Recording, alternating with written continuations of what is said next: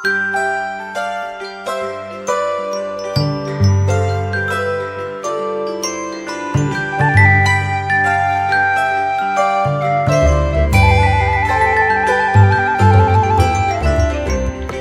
pagi sahabat-sahabat GPIB.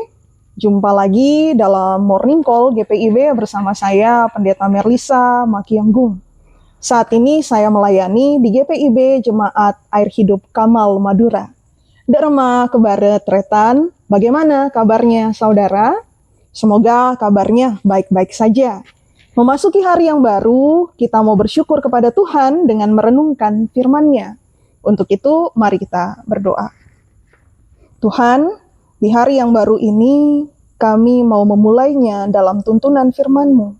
Berkatilah hati dan pikiran kami ya Tuhan, agar kami siap untuk mendengar firman-Mu, dan kami dimampukan untuk memahami dan melakukan firman sesuai dengan kehendak Allah. Di dalam nama Tuhan Yesus Kristus, kami berdoa.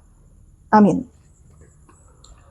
Yesaya pasal 40, ayat 1 sampai ayat 5, menjadi landasan renungan Morning Call kita di pagi hari ini. Beginilah bunyinya.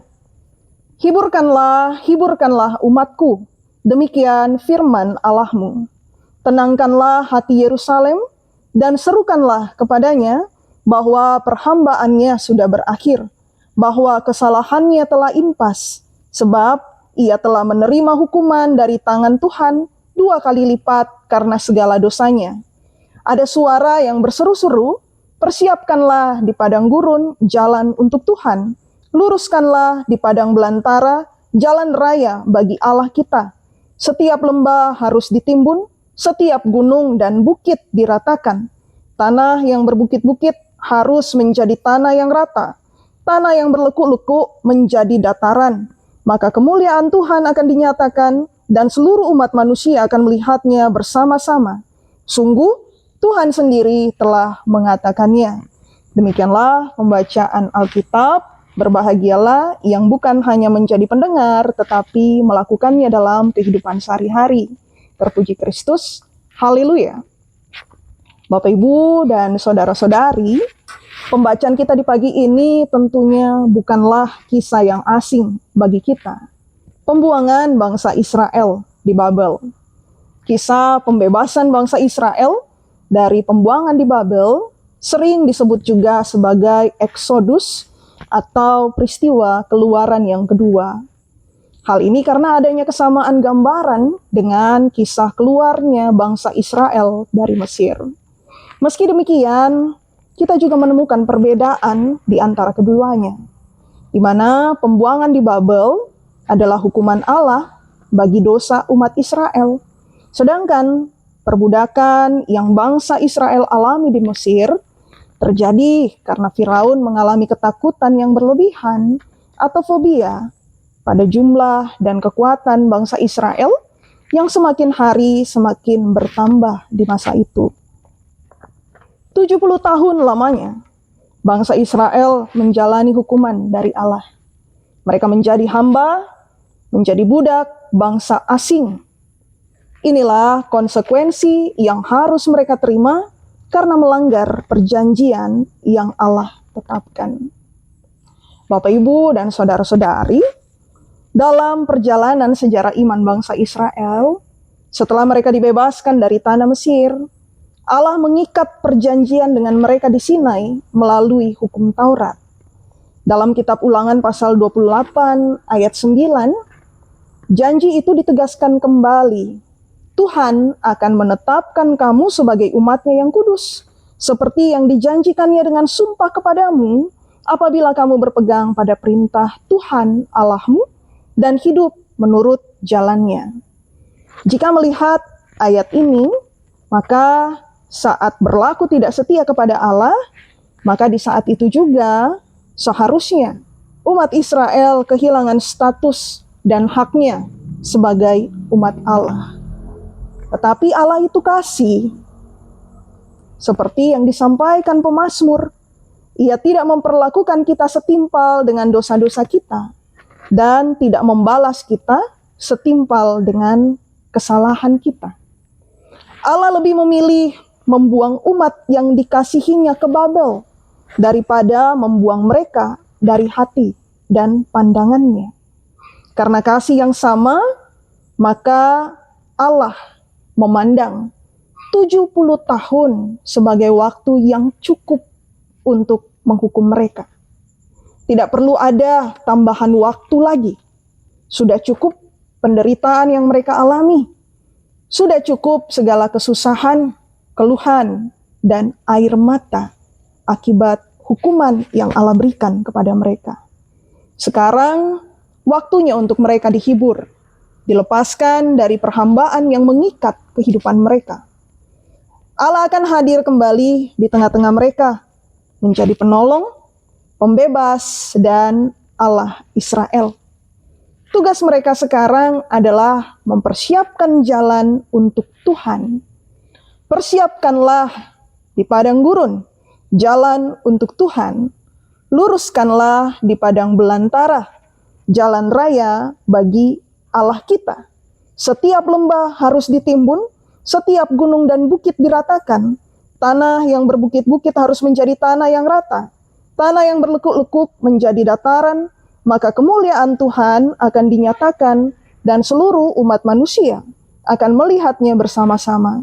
Sungguh, Tuhan sendiri telah mengatakannya. Sahabat-sahabat GPIB, sama seperti di masa lalu, saat Allah memakai padang gurun selama 40 tahun sebagai sekolah iman yang mengajarkan pada bangsa Israel yang keluar dari tanah Mesir tentang arti pertobatan dan kesetiaan. Bacaan kita di pagi ini juga mengangkat gambaran yang sama. Umat Israel di Babel yang mengharapkan penghiburan, pengampunan, pemulihan, dan pembebasan dari Allah harus mau berbenah diri agar layak untuk menyambut dan menerima kehadiran juga karya keselamatan Allah bagi mereka. Bapak, Ibu, dan saudara-saudari, kehadiran Allah sebagai pembebas dan penyelamat tidak berhenti di kisah ini, tetapi terus berlanjut dalam kehadiran Yesus Kristus sebagai Mesias. Penghiburan dan penguatan dari Allah juga terus berlanjut dalam karya Roh Kudus bagi gerejanya di masa lampau, kini, dan mendatang. Seruan kitab Yesaya juga ditujukan pada kita yang hidup di masa kini. Kasih Allah itu abadi. Jika saat ini Bapak, Ibu, saudara, dan saudari mengalami tekanan atau sedang diperhadapkan dengan permasalahan dan pergumulan yang berat, jangan berhenti berharap dan berseru pada Tuhan, sebab Tuhan melihat dan mendengar segala keluh dan tangis. Ia selalu sedia hadir, memberi kekuatan, menenangkan, dan memampukan kita menghadapi setiap badai kehidupan. Jangan lagi menjadi hamba dosa, tetapi jadilah pribadi yang hidupnya menunjukkan pertobatan. Setiap orang punya masa lalu, tetapi ingat, Tuhan memberikan masa depan. Jika orang-orang di sekitar kita memandang rendah, menyudutkan, dan menjatuhkan, ingat, Tuhan memandang Bapak, Ibu, saudara-saudari, sahabat-sahabat GPIB sebagai pribadi yang berharga. Tuhan mengasihi dan memberkati sahabat GPIB semua. Amin. Mari kita berdoa. Tuhan, terima kasih untuk firman-Mu. Kami percaya Tuhan begitu mengasihi kami. Mampukan kami ya Tuhan untuk dapat menunjukkan sikap hidup sebagai orang-orang yang Engkau kasihi. Mampukan kami untuk bisa menunjukkan sikap hidup yang penuh akan pertobatan kepada Yesus Kristus. Ya Bapa, saat ini kami menyerahkan semua sahabat-sahabat GPIB dalam gumul juang kehidupan mereka. Yang sakit, kiranya Tuhan berkenan untuk menyembuhkan. Mereka yang memiliki kerinduan-kerinduan secara pribadi, maupun kerinduan di dalam keluarga, kerinduan dalam pelayanan, kerinduan dalam kehidupan kerja. Tuhan, kami bawa semua kerinduan-kerinduan ini hanya kepadamu. Kiranya Tuhan menjawab sesuai dengan kehendak Tuhan saja. Dan ya Bapa, kami serahkan juga seluruh aktivitas kami, kegiatan kami di sepanjang hari ini hanya dalam tuntunan tangan Tuhan. Kami mau berjalan bersama dengan Tuhan, kami mau seluruh kehidupan kami dapat menjadi alat bagi kemuliaan nama Tuhan. Ini doa kami ya Bapa, di dalam namamu Yesus Kristus, kami serahkan doa kami, juga diri kami. Amin. Demikian Bapak, Ibu, dan Saudara, seluruh sahabat GPIB, renungan kita bersama dalam Morning Call di hari ini. Kiranya Tuhan Yesus memberkati Bapak, Ibu, Saudara-saudari semua. Salam dari Medura.